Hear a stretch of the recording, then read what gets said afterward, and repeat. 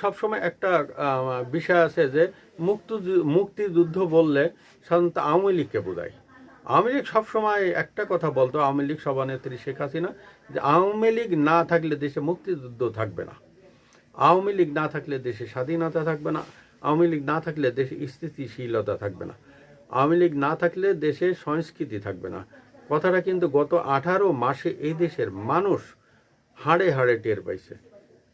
আওয়ামী লীগ না থাকলে দেশ আছে বা দেশের আইন শৃঙ্খলা যাই হোক না কেন, এদেশের সংস্কৃতি কিন্তু নাই, এদেশে মুক্তিযুদ্ধ নাই।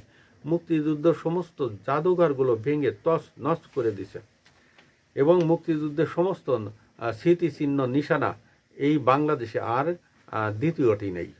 এবং আওয়ামী লীগের সম্প্রতি যে মুক্তমনা অনেক লোকজন আছে, তারা কিন্তু এই কথাগুলো বলাবলি করছে এবং তারা ইদানিং অনেক হয়রানির শিকার হয়েছে। এবং এই মুক্তমনা মানুষগুলো তারা কিন্তু এই আওয়ামী লীগের নামে অনেক কথা বলেছে, আওয়ামী লীগের সমালোচনা করেছে, তারপরেও তারা কিন্তু রক্ষা পায়নি, তারা কিন্তু জেলখানায় ঢুকে গেছে। ডক্টর ইউনূস সাহেব কিন্তু তাদের ছাড়েনি।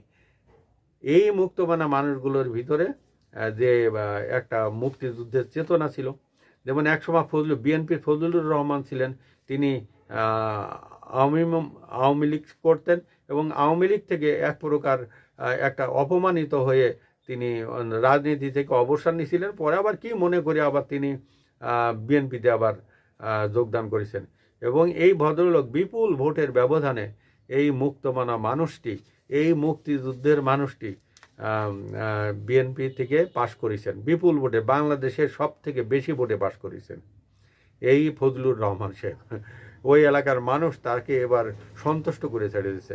আমরা তার জন্য দোয়া করি। আসসালামু আলাইকুম ওয়া রাহমাতুল্লাহি ওয়া বারাকাতুহু।